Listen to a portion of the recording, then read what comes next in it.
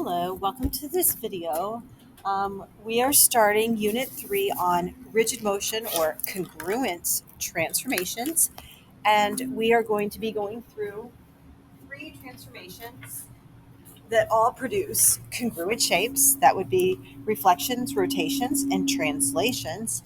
Later, we will do dilations, which make figures different sizes. But for now, we're going to just start off by discussing what is a congruence transformation? What is a rigid motion?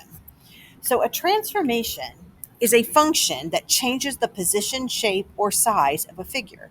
So, it has an input, and the input for the function are points in the coordinate plane. We call that domain. Now, I know in algebra you learned that domain was the x's and range was the y's. And for algebraic functions, that's true, that is the case. But for rigid motions and transformations of whole shapes, the input will be an xy point, and then the output will be another xy point. So the domain is xy points and the range is xy points. Okay? The input is called the pre-image.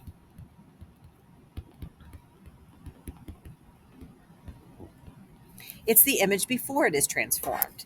The output is called the image.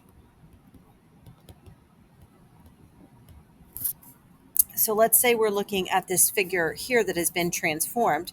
The arrow is indicating that that's how it's been transformed. So I could call A, figure A, the pre-image, and then A prime, that is read as prime, is the image. A transformation is sometimes called a mapping because it maps a pre-image to an image.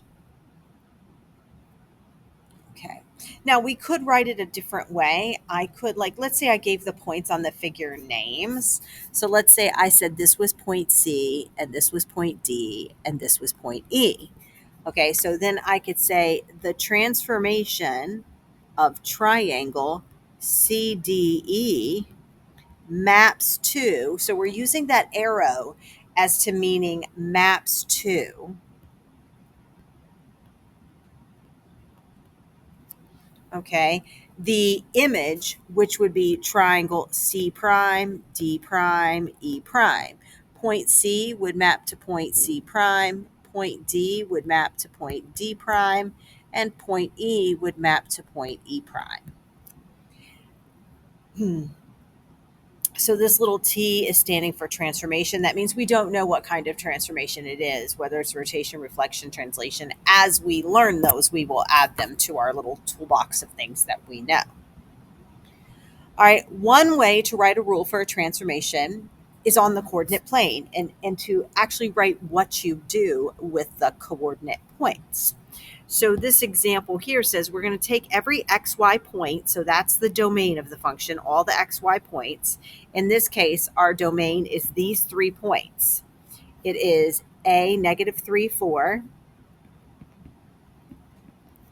B, -3, -2, and C, 2, -2. This is the domain of our function. It's not just the x's. It's the whole xy points before they are transformed. And then our range is what we do to them afterwards. We're going to take all the x's and add 3, and then we're going to take all the y's and double them. And so we're going to see what they map to when we do that. So if I take my x's, well, first I'm going to graph my pre-image so I can see what happened to it. -3, 4 is point A.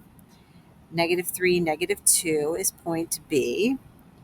And 2, -2 is point C. So I will make some segments connecting them. So this is basically a nice right triangle. I'm going to move my B outside the triangle. All right, so now let's take all of our x's and we're going to add 3. So -3 plus 3 is 0. -3 plus 3 is 0. 2 plus 3 is 5. And all the y's, we're going to times them by 2 or double them. So that's 8, -4, -4. So I'm going to graph 0, 8, that is going to be point A prime. I'll write it to the right of it because I don't really have anywhere else. 0, -4, that's going to be B prime.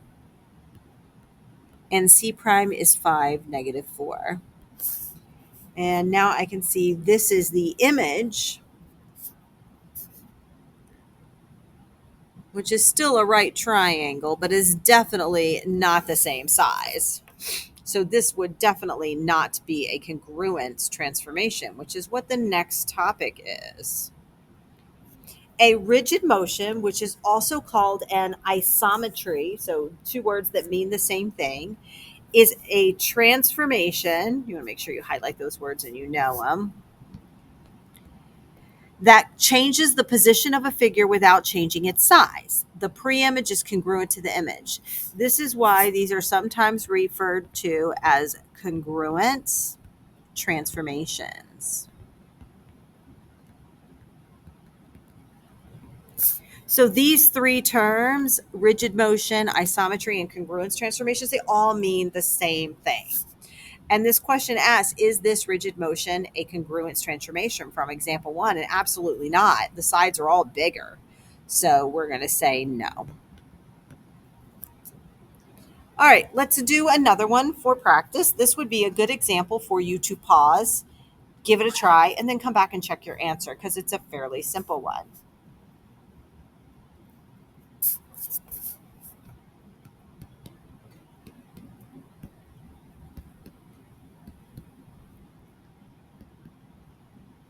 I think this is the same pre-image. We're just doing something different with it. So our domain or our pre-image is the same triangle.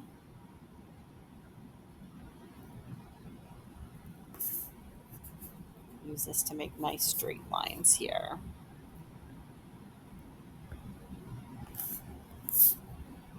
So A, B, C. And now our transformation that we're going to do is negative yx. And what that means is you take the old y coordinate, you write it first and change the sign because you're multiplying it by -1.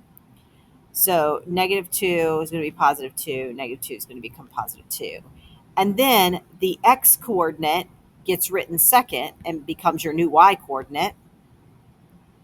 And then we're going to graph those points as they are. 4, -3. -3. So that's A prime. 2, -3.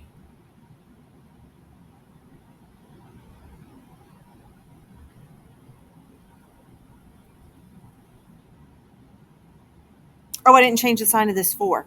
Okay, I forgot to multiply it by -1. Oops, I didn't write it down. -4, -3. Okay, so the y coordinate first and change the sign. All right, I did that correct. The x coordinate second and keep it the same. Just double checking since I made that mistake. That's A prime. I knew it didn't look right. All right, that's B prime. And 2, 2 is C prime. Okay, it looks right now. All right, so the question is, is this a rigid motion? Well, if I check the side lengths, AB is 1, 2, 3, 4, 5, 6. So is this 6. All right. BC is 1, 2, 3, 4, 5. B prime, C prime, 1, 2, 3, 4, 5. Yeah, it's the same exact triangle, and it's a right triangle, and so the hypotenuse would be the same. So yes, it's a rigid motion. The triangle's been turned around. You can tell it's kind of been like rotated around here, and B goes to B prime, and C goes to C prime. But it is a rigid motion, yes, because it's the same size and shape.